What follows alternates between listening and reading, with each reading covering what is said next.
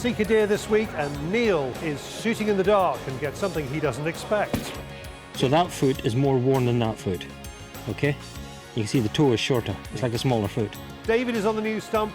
We're at the NEC for the British Shooting Show. Welcome to Fieldsports Britain.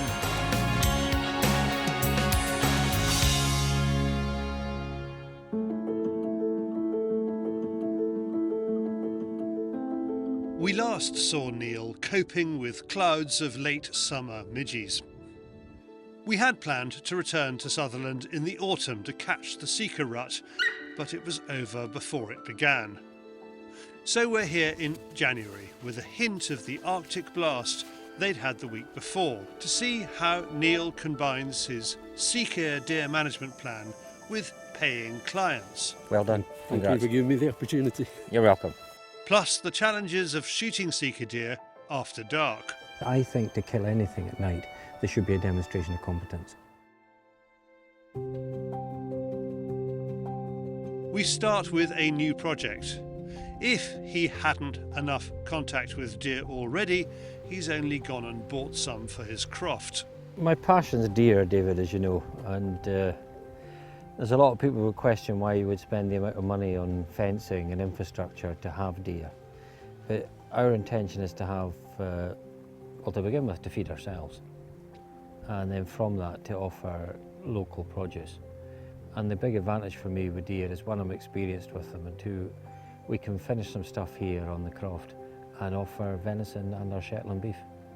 Planning on having Sika, or is it just going to be I'm going to have some Sika, okay? I'm not a big number, and I'm aware of the issues of having captive Sika deer, and particularly we've just done this series on the year in the life of Sika and the potential threat they make to the genetic integrity of red deer, but we will have a small group of Sika, and it's as much for interest as anything else. And to be honest, it's good venison, it's my favourite to eat. But you can see the girls are not long here. It'll take them a day or two to get settled, but once they're settled and used to everybody, they'll be fine. Leaving the hinds to settle in, we're off out with his group of clients for their evening in high seats on the restock, waiting for Sika. The guys zero their thermal and check their night vision add-on units. Even though this kit will give them the ability to shoot well after it is legal to do so, they can't. It's only Neil that has a night licence. What I'm doing at the moment, particularly this evening, is we've got people sat in high seats. So what we've done is we've safely assessed firing arcs and located high seats where Sika are regularly come and going, either onto restocks or crossing rides and water courses and that sort of thing. And what we do is it gives me the opportunity with the guys who got out tonight to be in 4 places at once. And it also means it's affordable stalking for people. So what we'll do is we'll guide 1 guy or 2 guys in the morning, and then everybody sits of an evening. And what we're doing just now is you and I are going to go and sit somewhere else, and everybody will sit until the darkening, and then we'll pick them up. Okay, so the one difference between them shooting this evening and you shooting this evening is that you can actually shoot after dark. The legislation is quite clear that to shoot deer at night, you need to have authorisation, which means in Scotland you're on the fit and competent register, you've applied for a licence, and Nature Scot has satisfied themselves that it's sufficient grounds for you to have that night licence. In commercial forestry, because there's sort of an ongoing battle of protecting restocks, most night shooting authorisations, you almost apply for them and get them every year, but you have to have evidence of damage. Okay, so if someone's brought a new bit of kit, want to test out their thermal, their night vision, they can't just rock up to Scotland and then shoot at night? No. With the clients back in their accommodation, Neil takes David onto another restock site, which we filmed in the summer using the thermal drone. Walking up the forest track, Neil spots a couple of deer grazing among the young trees up ahead. The Hike Micro Habrocks give him a clear view of a stag. The image through the Stellar 3 scope gives him the confidence to pull the trigger on the Blaser R8 Ultimate in 308. That was the easy bit. We've been talking about sort of identifying animals and stuff. You didn't feel there's any issue there at all? You knew exactly what that was? Absolutely what it was, yeah. But in this area here, I mean, we would like in some of the other areas, to give people the opportunity to shoot stags, but this is a restocked woodland. And there's been a big investment in young trees here, and they just have to go. What do people have to consider when they're doing this now with the extraction? The important things about this is that you need to work as a two-man team, and the reason for that is as much safety and spotting and following up injured animals. You've also got the dog to consider if you need it for any tracking work, and then the important things here are your own safety when you're working on these sites, particularly on harvested sites. Oh, you bugger! And a big wet hole there, because you'll see it as we go over it. There's all sorts of debris and sharp stuff in the way, and you've got to get safely on and off it. He looked bigger than he actually is. I mean, he's big enough, like, and he's deformed. It's a cool deformed head. Oh, he is big enough. Look at that. That's an interesting head. So he's obviously suffered some sort of injury in velvet, and he's just got one. No, in fact, he's got a damaged pedicle. Look. So you can see the normal pedicle there, and this pedicle is pushed forward on the skull and is above his eye. So he's deformed. You haven't seen him before? Never. Never. But as we know with this restock area here, we saw it last year, there's a lot of stags gather here in the winter that you never see here during the main stag stalking season. But here beside you, you can see what it's all about, look. So this one's already had the top nipped off it. That's now got multi-leaders on it. So from a forester's point of view, that tree is already a failure. They want to see a nice clear growth, like you're seeing in this one next to us here, where you've got a nice clear distinct leader. The reason being, when it becomes an adult tree, if the main stem of the tree picks up more than one main beam, one, it devalues the timber completely, and two, modern harvesting machines can't deal with it. That leg's broken, look at the healing on the leg. Turn him up on his back, and you can see that this guy has had a broken leg. See it? Yeah. And the shoulder. Oh my god. Oh my god. What's that about? He's either been struck, I think he's probably been struck by a car or something similar. So I mean, the shot that we put through him, we shot him through the shoulders, but the whole of the bottom end of that leg is demolished. So that animal's been going around for quite a while with a fairly serious injury. I would say, looking at it, because of the broken pedicle on one side and the broken leg on the other, it's very likely he's been hit by a vehicle or something like that. Yeah. But they're just such tough animals, you know. And it's interesting, if you look, you can see the toe is more worn on that side. He's been doing all of his transport on that side of his body using one leg. So that foot is more worn than that foot, okay? You can see the toe is shorter, it's like a smaller foot. And then if you look down the side of his body, you've got these two legs working normally, and then you've got the state of that leg, which is twisted right round. Look at the angle of the leg. There's the normal angle of the leg. Look at the angle of that leg. You know, it'll just keep... It's got the batteries going flatten it. The shoulder and the knee joint is twisted entirely out of line. The front shoulder is smashed to pieces, and the leg is healed, twisted round at that angle. God, it's horrific. Why have you gone to a blue light to a gralica? Easier to see what I'm doing. The blue light? Yeah. Really? Yeah, I think so.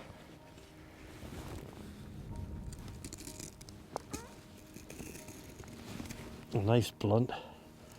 I've been cutting silage wrap with it for feeding the cattle. This fella's not fat, but it's a bloody wonder he's alive for less fat. Normally these guys seldom lose condition. This guy might not even be fit for human consumption. You can see the back's like a razor. Feel it there with your fingers. Oh, God. Yeah, absolutely. Gosh. That's just bone. Yep. Definitely did him a favour. So they started off as an exercise in protection, and this is the whole thing about out night, is that the reason for killing and taking this at night is to prevent it damaging the young trees. And the difference is, during the day when you're stalking them, if you'd been active in your stalk, you'd have seen these physical ailments. You'd have seen he was in poor physical condition. But with the thermal sight, totally efficient at killing him, but there's no way you can gather this other information. And I think that's the thing to bear in mind. And they have their place. Night vision equipment, thermal equipment, the quality of the HIC stuff for doing this job, amazing. But from a deer management point of view, the traditional skills of being able to assess the welfare of an animal and the reasons for taking them, being able to see them in daylight or being able to see them in colour, makes all the difference. So it's almost, I wouldn't say it was, you could say it was a bonus. I'm glad that we've shot him. Normally you wouldn't kill a stag at this time of year unless he was on a restock, because you want to try and keep these because they have a commercial value.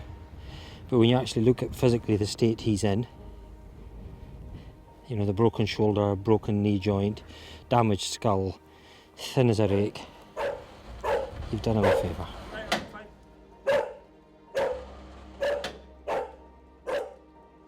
Back at the larder, the injuries are clear to see. That's bullet entry. Yeah. That's bullet exit. Right down by the neck. Yes. So Yeah. the bullets come through, gone at the back of that, well, basically through that shoulder, and exited through the front of the other one. Yeah. Now, with me with Sika deer, that's entirely deliberate. Particularly when you're shooting stuff in poor light or in darkness, you want to make sure you knock them straight down.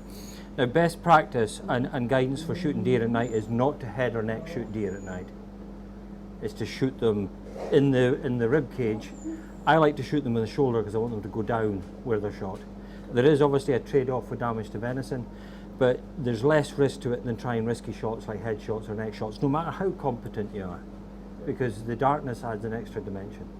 So what you want to do is take them through the shoulder. So if he hadn't had the other injuries, you would go, that's fine, that carcass is perfectly clean and it's fit to go off for human consumption. Then with this guy, we pick up this leg, and what we were discussing in the forest again becomes all the more interesting, because though the bullet has passed through, the bullet's gone through the front of that shoulder, but the actual shoulder itself, if you look at it, compare with that side, you see how the limb is completely wasted.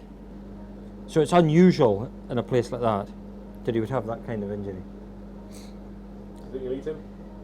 I think, to be honest, now we've got him hung up and cleaned out, I've seen better, but I've seen worse. And the lymph nodes look okay, and when we've checked over the pluck, all the lymph nodes in the pluck are fine. So he's lean. That shoulder, I should imagine when he gets to the game dealer, that shoulder, they'll just remove that shoulder and cast it away. But the rest of it, he's not had the best winter of his life. No. But happy with the bullet too? Yeah, what's interesting there is, I mean, again, one of the things we've been talking about is this is Hornady's CX outfitter bullet. So that's the great thing I like about it. If your pocket's damp, there's a few rounds in it, you don't have to worry about contamination on the case. The outfitter cases are perfect for that. But more importantly here, we're looking at the performance of the copper round. And a lot of people are talking about this at the moment. And if there's going to be legislation that's going to ban us from using lead rifle bullets, we're not going to have an alternative but copper. But a lot of people for meat contamination are moving that way already. And when if you look at that, I mean, if you see I've dropped my 3 fingers into that hole, and that's the bullet entry track. So when you saw, and I mean you'll see it on the film that you've got, he dropped immediately to the shot. So again, that's what you want, through the shoulders, good bullet expansion. It struck the mass of the shoulder, so the bullet's fully expanded, but there's no sign of fragment of bullet or any parts of the bullet flying off. You've got the bullet going through there and then tracking out through the front of the shoulder and the base of the neck. With one full day left on this trip, Neil decides to take his clients to hunt reds. So much easier, and there will be one more outing on the Sika tomorrow morning. En route, we witness an absurd scene. Diggers at work on the edge of the flow country, a blanket bog now with UNESCO World Heritage status. And, in the foreground, a herd of red deer. Which one is supposed to be saving the environment, and which one is accused of destroying it? So the interesting thing here is, not so long ago, government paid the landowners here to drain the peatland and to put rock phosphate and fertiliser on it and turn it into a grassland, because peatland had limited value, and they capitalised on it. And then further beyond it, you can just make it out, you can see the coniferous woodland that they planted on the peatland, because taxpayers' money was used to encourage people to do it. And now The new move is that we're reprofiling peatland and blocking up drains, which taxpayers' money was used in many instances to create, to restore a habitat that perhaps if we'd left it alone in the first place, none of these things would have been necessary. And one of the things that I don't fully get my head around is marching onto this peatland they're trying to preserve is naturally seeding conifers, which will dry the peatland out.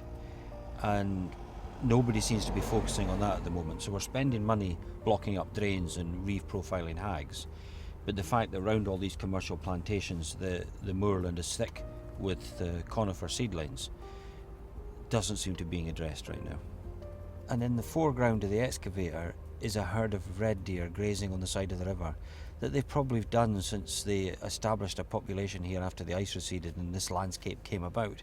And for some reason, that herbivore is public enemy number one, and everything else, it just seems to slip through the net. An awful lot of what's happened here, we did it. We caused this. It's not the deer's problem. It's our problem. And it's our demand from the land. And this whole landscape is just, it's basically a paintwork of government policy. And we knee-jerk from one thing to the next. So, I mean, as I say, we've gone from agriculture to forestry to sheep to sporting to now carbon, and round we go. And the fundamental thing that doesn't change is us. The dawn delivers a Martian-coloured morning. Even the red stags near the roadside are super red. On reaching the ground, Niall gives the four guys areas to self-stalk. There are plenty of reds in here, so they should make contact with a few.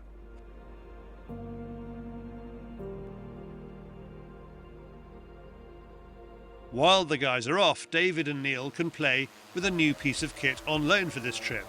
It's a DJI Matrice 30. The thermal drones of this kind are now distributed by Elite Optical for the wildlife management market and search and rescue teams. You know, every now and again deer management goes through big changes, and years ago I was involved in the development of the dung counting and using that to assess impacts and deer utilisation. And I think this is the next step in the journey, and we've seen some of the excellent stuff that people like Ben Harrow have done, and I think it's going to become part of deer managers' toolkits. I think estate owners, forest managers and businesses like ours that do deer management, survey work and management and draw together deer plans and particularly connected to some of the habitat work we're doing, this is going to become a necessary part of the toolkit. And it's a fairly big spend, but in cost terms it's cheaper than hiring helicopters. It's a lower carbon alternative to hiring helicopters. And the advantage we've got, particularly as we expand woodland cover in this country, and it's a government ambition, that shire populations of deer, things like Sika and that, won't be in the open as much during the day. There's cover for them to be in, and being able to work forest edges and restock sites, either in last light or first light, or even at night if you need to. This is an alternative that we're going to have to do it. This amazing bit of kit records through its different cameras simultaneously. A big advantage of a drone like this is the zoom. You can ground truth what you're picking up through the thermal. However, it can't stop deer disappearing into thick forest.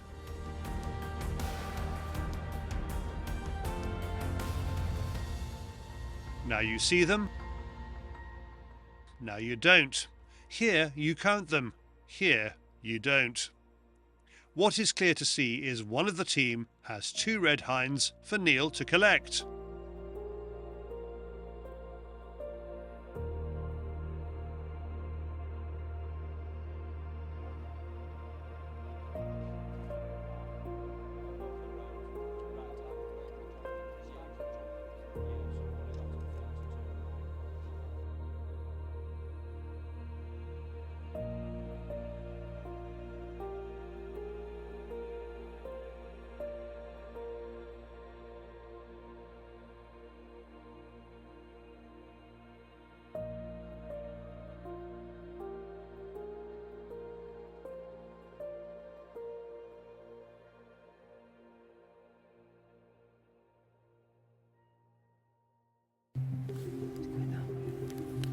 With an appetite to shoot Sika, there's a last outing before the guys head home. This time, Niall guides Richard and gives the others sections of the forest to stalk. We've also picked up a straggler, Niall's youngest daughter Erin. She shot her first Sika stag this season, and when she's not at school, she likes to be right here. What they've done, I think, with the wind is they've come up along the fence and they've done a loop and they've tucked back in behind us.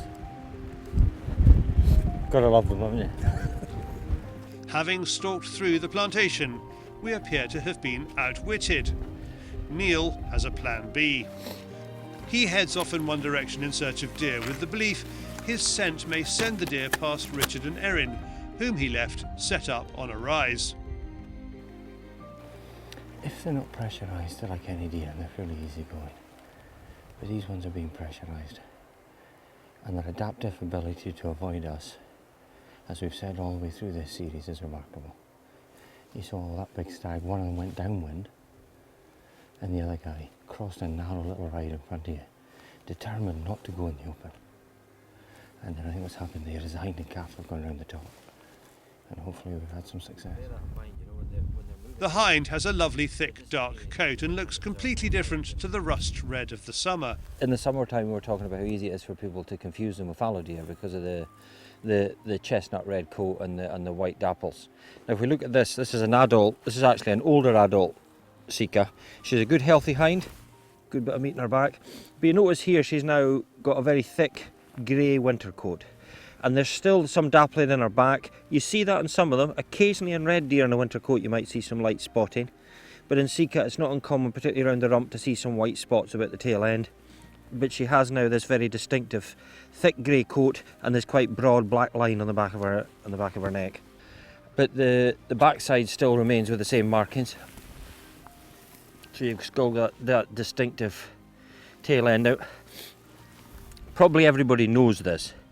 But it's worth pointing out that the reason the hair on a deer's backside is that shape is that when they are alarmed, one of the ways of getting one another's attention is the fact that the backside flashes like a white light and gets everybody's attention. So as she becomes alarmed, what will happen is that happens and all of that stands up. And it's like a white powder puff. And the signal is to everybody, heads up, there's something going on. And very often what you'll see after that is a foot stomp. And that's because in here, in their feet, in here, you'll feel it's quite soft. Feel it in there yourself? A wee prod. Feel how soft it is? Yeah. So they can feel vibration through that. So if you're clumping through the forest and all heavily footed, they're feeling your vibration of you moving around. So to run over what we did there today, we've been out first light, we've been stalking. It's actually, the wind is easing a bit now. It was quite windy at first light. The Sika deer moved off quite quickly. We saw that there was a few Sika moving around in this corner. So what we did is we planked a rifle in a cunning position where we thought they would move through, and you and I dropped down into the thick crop and just quietly moved up into the trees. We thought we'd moved 5. Erin will now confirm to us we moved 13. They doubled in numbers by the time they got here. But it shows you how they use cover. They don't like being in the open. The minute they broke cover, they would have picked up speed and they'd have dropped back in and gone into the thick timber below again. It's a thing you can do, but you shouldn't push them around like that all the time because it'll make them even more highly strung. This gentleman has come a long way to shoot his first Sika deer. So he's come and taken part in the cull with us. And the advantage we've got with the guys that are here this week is their experience. They've shot quite a few deer. They've maybe shot fallow, muntjac, red, roe. But there was an interest to hunt Sika. And he's fulfilled his ambition and also helped us fulfill our cull. We leave Niall with his satisfied clients who are already talking about coming back next year. He has a busy few weeks ahead attending the European hunting shows, dropping off last year's heads and making bookings for the 2025-2026 season. This season is not over yet and we'll be back here in a few months to complete a year in the life of Sika. To learn more about the kit Niall uses, head to hornady.com to find out about the Hornady Outfitter Copper Alloy Round. Hike microtech.com for the Habrock Spotters and Stella 3 scope, Elite Optical for the DJI thermal drone, and visit blaser.de for the R8 Silence. Thank you, Neil, and everyone who took part in that film. Now, what's in this week's Fieldsports Extra? Stuff falls apart at the British shooting show. Nicole has a feel. And David meets a perfectly normal Fieldsports Channel viewer. Oh! That's a good one. Lots of interest in Fieldsports competitions at the British shooting show. Here's Wayne Martin to talk about the Aimpoint Acro S2. Getting plenty of interest yesterday? Lots of interest yesterday. I've actually started losing my voice. We sat down last night and I sort of realised, like, feeling really gruff. You know, just literally talking all day. What sort of things do people ask you? How they work mainly. And I think the main thing that people are misunderstood with is how they work and why they work. It's not just an illuminated bead. It actually tells you where the centre of pattern's going to hit. So it's not like just having a bead on your shotgun. It's like having a bit of a cheat device, as that's exactly where your pattern's going to strike. So encouraging people to enter, really, Dwayne. Well, it's a chance to own an impressive piece of kit at a very cheap price. What are you finding the best sort of places to... Hunting, sort of walked up shooting, rough shooting, that kind of thing. Okay, not on the playground. Haven't used it on the playground? I have used it on the playground, yeah. I've taken it out and used it on the playground. Obviously, you can't compete with them. But yeah, I've had a bit of fun on the playground, but like I say, mainly out in the field for hunting. Thank you, Wayne. Now something else that clings to the side of things. It's David on the Fieldsports Channel News Stump. This is Fieldsports Channel News. The Westminster Government is granting police automatic powers of entry into the homes of firearms certificate holders. The police currently have powers of entry to prevent crime and if life is in danger. Plus, they can obtain a warrant from a magistrate. The government's proposal is for a power of entry where there are grounds for reviewing suitability, but where the certificate holder is uncooperative with the police. Basque criticises the move as unnecessary and an erosion of civil liberties. The proposal to such a grant of power was opposed by 80.7% of respondents to a recent public consultation. Cambridgeshire firearms licensing appears to be in a state of collapse. Gun owners report receiving letters saying that the police-run department can no longer afford to process renewals or issue Section 28 temporary permits. Some of the letters ask gun owners to put their firearms and shotguns into storage. Cambridgeshire firearms licensing also covers Hertfordshire and Bedfordshire, as well as cases against the failure of Cambridgeshire to fulfil its statutory duty to run firearms licensing. Gun owners have sought legal advice and are writing to the department to say that the police must bear the cost of the storage. Local gun shops are already seeing the effect on people taking up shooting in the county. Considering that we're doing like 160 to 200 gun cabinets, mainly new shooters a year, and now we're doing 10, 15 a year if we're lucky, and that's just on the local. We're quite lucky that we've got loyal customer base from further away that are travelling to us, but if we had to rely on shotgun sales or rifle sales on our doorstep, we wouldn't be in business. The government is after stricter shotgun certificate controls. A new consultation will take place later in 2025 on adding shotguns to firearm certificates after the Labour government ruled that shotguns are no less lethal than other firearms. The government says it's a public safety issue, despite the almost perfect safety record that firearms users maintain compared to other sports. If shotguns go onto FACs, gun owners will have to prove a need to own a shotgun, as they currently do with rifles. It's going to make life a lot harder for people. The thing with shotguns at the moment is it's much easier to get a shotgun licence. Firearms, you're going to have to prove why you need a firearms licence. It's going to be very difficult for those people that just walk around on a beacher's day with their guns. It's going to be hard for people that just go clay shooting. You're going to have to be more legislated, more membership to clubs, which don't exist enough out there for people. So it's a very negative thing. Would it be useful to keep a shooting diary so you can report your shooting outings, whether to a landowner or a mentor, or even if they ask the police? Fieldsports member Peter McGuinness has developed just the thing. The Bolt shooting diary app allows you to record every shooting outing you make. The info is stored on your phone, emailed to you and deleted from the app servers, so only you have a record. Fieldsports members are enjoying a 1-year free trial of the app, which is usually £4.99 a month. If anyone asks about your shooting activities with the police ask, you literally send them the last email that you received from the app, and that will give them the date, the time, the location, which is geolocated, which proves you were there, what guns you've used, and the last 3 digits of the serial numbers. It's a perfect record. A gun club is under threat because of new parking restrictions. Liverpool City Council is introducing the rules to the Bramley Moor dock area of the city. It predicts match-day congestion following the construction of a new stadium for Everton there. However, the rules apply 365 days a year and will affect 3,000 businesses and the 30,000 people who work in them and use them, including the Atlantic Leisure Gun Club. Now, club members have put together this video to voice their support for a delay to the new regulations. Gun company Verne Caron has moved into the French version of bankruptcy protection.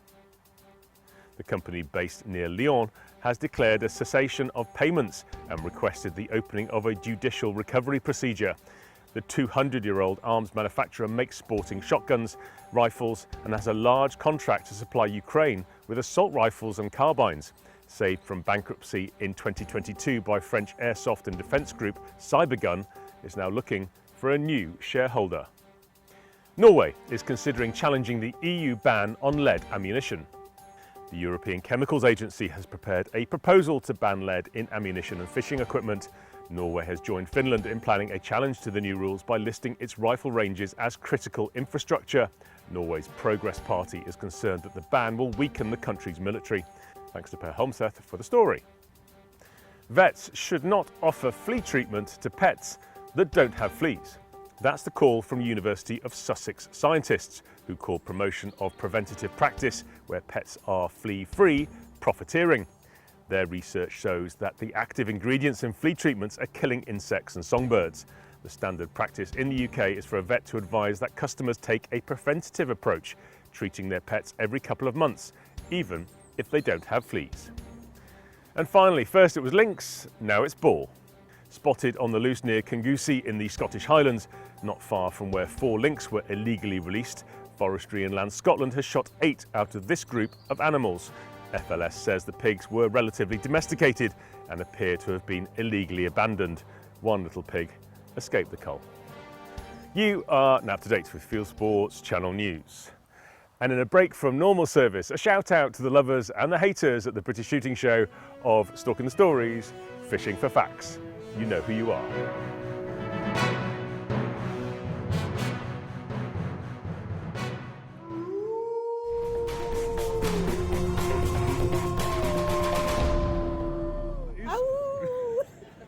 This show's about the Blazers, the Berettas, the Brownings, but it's also about the new kids on the block, the little guys. Alistair Harkness has just brought in this rifle from Germany. I'm importing this from Germany. This is made by a company called Steel Action. They've been making these for a few years in Germany. These are the first ones in the UK. Yes. And it's a great, lovely action. Smooth as you like. It's got a decocker on it. Very simple. Now it's as safe as you can make a rifle if it's got a round chambered. Push it in, fire. Push it out, and then recocks it obviously, and fire. Is this your first time at the British Shooting Show? This is my first time as an exhibitor here. I've been before in the past. I love the show. Lovely people I've met today. I've had a lot of really good feedback on the rifle, and I've got to admit, I'm looking for some retailers who will take this on. I've certainly had a lot of punters who are very interested in having one. So we'll see where it goes, really. How much are you selling it for? The basic model is $2,750. And that goes up if you want walnut or if you want it nickel plated, you know, to sort of around just under 4,000 for something that's got both nickel plating and a lovely stock. From a launch to a revival, and Theoben has got a new air rifle. So Ben, you've been so helpful for us to bring I haven't done anything yet. your great brand back into the UK market. It's your baby, you're the grandfather of all the PCP air guns. Yeah. So in honour of that, we created the Ben Taylor limited edition Theoben rifle, which has been so admired this weekend. And if you notice on here, we've got your signature obviously on the pistol cap here, which you remember doing in the restaurant that night. How many did I do? Yeah, did about 10 to get that one, didn't we? But it's on there. And if you notice, we've got 1 to 100, and this one is the 001. So this is the very first Ben Taylor, and I'm going to present this to you now as a gift from us for all your help and support, sir. And thank you very much for lending your name to our product. We've got a lot of work, isn't it? It is a lot of work in there. What a beautiful thing, isn't it? But that's yours to keep. Thank you very much. And thank you for loaning us your name. Will you use it? It looks too beautiful to Probably not much. Well, actually, yeah, I will. Yeah. when we go play pigeon He'll probably shooting. take it to pieces and see I how it will. looks. So obviously you're on the form stand. Where's that work then, David? Well, what we want to do is bring the British brand back to Britain and do as much as we can in Britain with British suppliers. So we need Peter McGregor from Form. They're really well known for their quality of their work, and approached Peter and said, would you be happy to help us? He was delighted, particularly when we got him some lovely Turkish walnut to work on. And so big thanks to Form and Liam and Pete from Form. They've been tremendous. They've put so much work into getting this right. I can't thank them enough, so thanks guys. Can I ask how much one of those is, David? Surprisingly cheap, £2,800. It's been a lovely weekend at the NEC. The pianist is playing us out. It's the end of day 3. We've had a good show. Let's go and see Edward King and Paul Childley, who's pulling out some winners. Well, good afternoon, ladies and gentlemen. Here we are. It's the Sunday of the Great British Shooting Show. It's 2 o'clock. We are going to draw the prize for the Rizzini V3 competition. And here is our guest drawer and ambassador for Rizzini, Paul Childley. The box is here. I'm going to take the lid off. Paul is going to put his hand in with his eyes closed. Oh, it's lots of entries there, guys. It's a lot of entries. Here we go. Here we go, here we go, here we go. And here it comes. And the winner is Jeff Bibb. Congratulations. Well done. Jeff. Congratulations. Thank you very much. Thank you, Paul. The grand draw for the Cometa Lynx V10, which will be given free to the lucky winner of this competition. And with me I have Guillermo Martini Corena, all the way from Cometa in Spain, who is going to do us the honor of drawing the winning ticket. Yeah, it's a clean. Here we go. Right. Eyes closed. Here we go. And the winner is Mr. Andrew Frost. We will be in touch with him. And congratulations, Mr. Frost. Thank you, Willie. Thanks a lot. Well, Neil has donned his kilt for us, as he promised, and he's been to the Hike Micro stand to see the latest in innovation and tech. Yeah, so this is the Falcon 2, part of the 2 new binoculars that we've launched in the show here today. Excellent. We've also got the Condor 2. There's some major updates that we've made in these new units. All of the sensors have been updated to our latest generation, highly sensitive sub-15 net-D. But what's really exciting, especially in the Falcon, is we've now got the laser rangefinder, which we've built into that front lens. So it's maintained the sleek appearance and the ergonomic shape. And while we're talking about ergonomics, we've now brought the focus back to this jog dial here. So whereas before you'd have to hold the unit and grip the focus, you can now operate the unit entirely from that jog dial. So if we look at the Condor 2, we've got the chassis, it fits really nicely into your hand here, so it balances on that point, and then all the buttons fall easily to a finger, and your index finger operates that focus. It's really easy to operate just with one hand. If you ask 10 people, you get 11 answers on the shape of these. Some people like this one because they say, you know, especially with the smaller lens, for stalking a 35mm, if you're in woodland, you're not looking at distance. The 35mm version of this is ideal. It's really compact lens, it fits nicely into a pocket. While, the FQ50, higher magnification, you've now got the rangefinder on there for foxing, it's brilliant. That's really a useful piece of kit, yeah. Thank you. It really is the end of a fabulous weekend here at the NEC.